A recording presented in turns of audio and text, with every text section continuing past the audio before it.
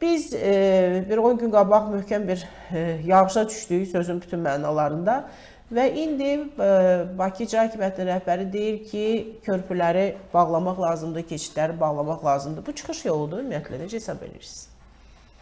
O məntiqlə saça bit düşəndə başı da kəsmək lazımdır. Yəni eyni məntiq.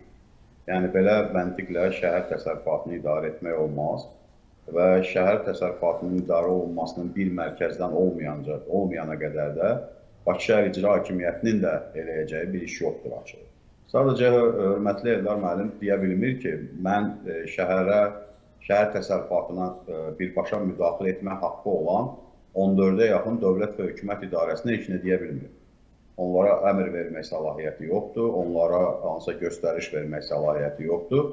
Sadəcə hər bir qurum Bakı şəhərində özünə aid hissələri idarə etməklə təsərrüfatın vahid məntiqlə və vahid mərkəzdən idarə etmə prinsipini pozur və nəticə etibarilə təbii ki, Bakı Şəhər İcra Hakimiyyəti başçısı da hamının yerinə cavab vermək məcburiyyətində qalır. Problem də odur ki, cavab verəndə problemlərin kökündən danışmır, nəticəsindən danışır və səbəblərini aradan qaldırma yolları haqqında danışmır. Bu da ciddi şəkildə, belə deyək də, insanlarda suallar yaradır. Hətta belə bir çox maraqlı bir şərh də gördüm mən hörmətli Eldar müəllimin müsahibəsindən sonra. O xatırlayırsınızsa dedi ki, 2 ilə düzəldəcəyik Bakını, 2 ildən sonra yaxşı olacaq və 2 il ərzində yağış yağsa haransa bağlayacağım. İzləyicilərdən və yaxud da belə deyək də, sosial şəbəkə iştirakçılarından daha doğrusu biri yazmışdı ki, 2 ildən sonra Eldar müəllim təqaüdə gedir. Yəni 2 ildən sonra təqaüdə gedəcək və ondan sonra yenə də heç kim bu sözə görə cavabdehlik daşımayacaq. Yəni bax, belə yanaşmayla, belə problemlərin nəticəsi haqqında danışaraq, onun həll yollarını çox bəsit təsəvvür etməklə ki, yolu bağlayanda düzələcək və yaxud da hansısa bir nəzarət edici tədbirləri gücləndirəndə vəziyyət normaya düşəcək. Belə yanaşmalarla şəhər təsərrüfatını idarə etmək mümkün deyil. Ona görə də biz dəfələrlə, illərdir hətta bu haqda danışırıq, yazırıq, çıxışlarımızda qeyd edirik ki, Bakı böyük bir təsərrüfatı, Bakı şəhərinin təsərrüfatı bir mərkəzdən idarə edilməlidir. Böyük şəhər bələdiyyəsi yaradılmalıdır, şəhər hökuməti formalaşmalıdır, məsuliyyət və səlahiyyət bölgüsü olmalıdır. İndi təsəvvür edin də Agün xanım, məsələn, ən çox problem nədir? Su kanalizasiya sistemi. Drenajlar yoxdur, kanalizasiya sistemi yaxşı işləmir. Çünki Bakı həddindən artıq yüklənib və binaların çox olması, yüklənmənin çox olması artıq onu qaldıra bilməz bir hala gətirib çıxarır. Yaxşı, sabah tutalım hansısa bir problemin həlli üçün Bakı Şəhər İcra Hakimiyyətinin başçısı keçmiş Azərsuya, indi su təsərrüfatının idarə etməsi mərkəzidir də. Ona ya zənglə, ya rəsmi məktubla hansısa bir əmr verə bilərmi ki, gəl filan yerdə filan boruları dəyiş və yaxud da drenaj sistemi bu. Bəli. Deyə bilməz. Yəni, səlahiyyət baxımından həmin qurum respublika əhəmiyyətli dövlət qurumudur. Birbaşa prezidentə tabedir və Bakı Şəhər İcra Hakimiyyətinin ona hansısa bir göstəriş verməsi iyerarxiyaya görə mümkün deyil. Və yaxud da Azəryol servisi olsun və yaxud digər qurumlar olsun, ölkənin tikinti və arxitekturası ilə məşğul olan qurumlar olsun.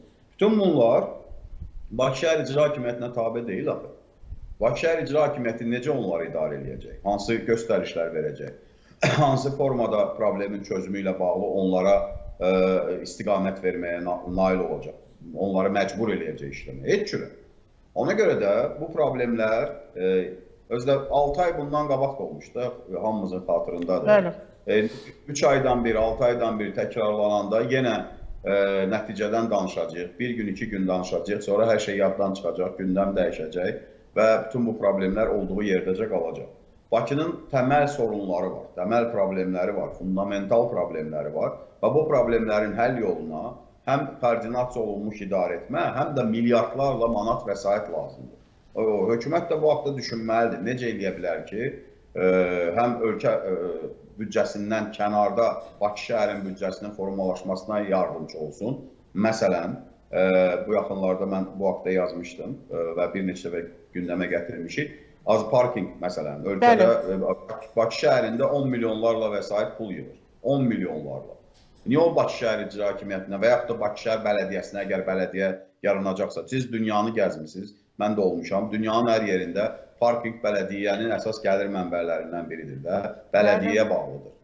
Niyə bizdə olmasın? Elə bəlkə oradan gələn pulun bir hissəsi ilə kanalizasiya, su problemlərini də həll etmək olar. Bu gün məhəlləçi yollarla bağlı müraciət edirlər. Deyirlər ki, biz bilmirik kimə deyək. Əslində bələdiyyələrə güya tabedir. O deyir, mən icra hakimiyyəti seçkin eləyə bilməm. İcra hakimiyyəti deyir ki, mən yol çəkən deyiləm. Mən məsələn sadəcə qaldıra bilərəm. Azəryol deyir ki, yox, bu biz magistral yollara baxırıq. Yəni bu gün həqiqətən o qədər bir səlahiyyət qarma-qarışıqlığı var ki, bunların da hamısı ona gəlir dayanır ki, bələdiyyə yerli özünü idarə etmə olsa, bilinsə ki, buradakı var olan bütün problemlərin həlli bir strukturdan asılıdır. Onda bir nizam bəlkə yarana bilər. İndi sadəcə ötür oyunu gedir. Başqa da heç nə. Və nəticədə yoxdur. Səlahiyyət və məsuliyyət çox önəmlidir də. Bizdə qurumların səlahiyyəti var, amma heç kim məsuliyyət daşımaq istəmir. Problem ondan ibarətdir. Hətta belə yumoristik səhnəciklərə belə dönmüşdü. Şən və Hazır Cavablar klubunda da yadınızdadır, məşhur səhnəcik var idi ki, gəlin biz əvvəl yolu qazaq, sonra asfalt çəkək. Sonra yəni bu ənənəni pozmuyor. Eyni şey də oradan da təkrarlanır da. Məsələn, koordinasiya olunmuş, bir mərkəzdən idarə olunmuş sistem olmayanda nə baş verir? Gəlib Azəryol Servisin işi nədir? Yolu düzəltmək. Gəlir yolu düzəldir. Üstündən bir həftə, 10 gün, bir ay keçəndən sonra Azərsunun yadına düşür ki, oradan boru çəkməlidir. Kanalizasiya xəttini dəyişməlidir. Gəlir təzədən qazır, oradan kanalizasiya xətti ya su xətti çəkir. Sonra Azərqazın yadına düşür ki, yox, mən buradan yerin altından bir qaz xətti də çəkməliyəm. Və yaxud da başqa qurumların yadına nəsə düşür. Elektriklə bağlı, internetlə bağlı, yəni rabitə ilə bağlı, kabellərlə bağlı. Yəni biz yaşamışıq bunu.